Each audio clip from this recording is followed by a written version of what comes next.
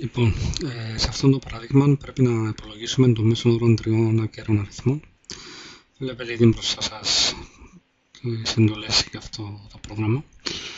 Να σημειώσουμε κάποια πράγματα. Η είσοδος μπορεί να γίνει με μια εντολή. Το ένα μια μεταβλητή δίπλα από την άλλη, χωριζόμενη με τα βελάκια.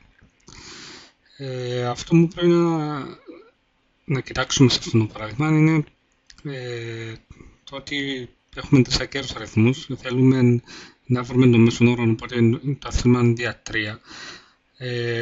Όμως, επειδή έτσι πως το έχουμε σε αυτήν την πράξη χωρίς το float μπροστά, έχουμε πράξη μεταξύ ακεραίων, οπότε το αποτέλεσμα θα είναι πάλι ακέραιος. Αν φύγω το float, δηλαδή δεν το κάνω cast, τρέξω το πρόγραμμα μου.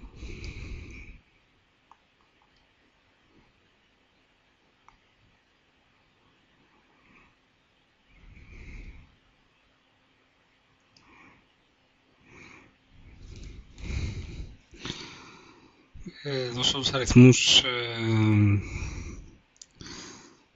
2, 2, 3. Βλέπω ότι βγάζει μέσον όρο 2.00, το οποίο όμως προφανώς είναι λάθος. Αν έρθω και επαναφέρω το float,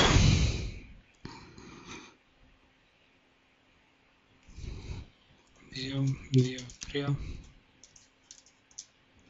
βλέπω ότι τώρα σωστό είναι 2.33.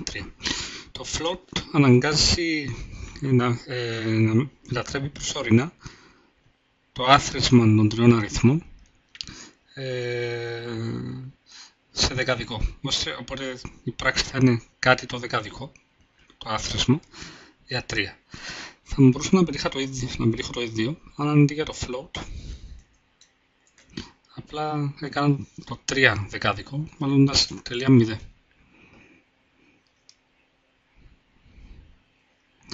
Ωραία, 2, 2, 3, πάλι βλέπω ότι είναι σωστό. Το άλλο που πρέπει να προσέξουμε είναι ότι χρησιμοποιούμε τη βιβλιοθήκη IOManip για το set precision. Αν βάλω 3, για παράδειγμα, 2, 2, 3, βλέπω ότι έχω ακρίβεια 3 δεκαδικών ψηφίων.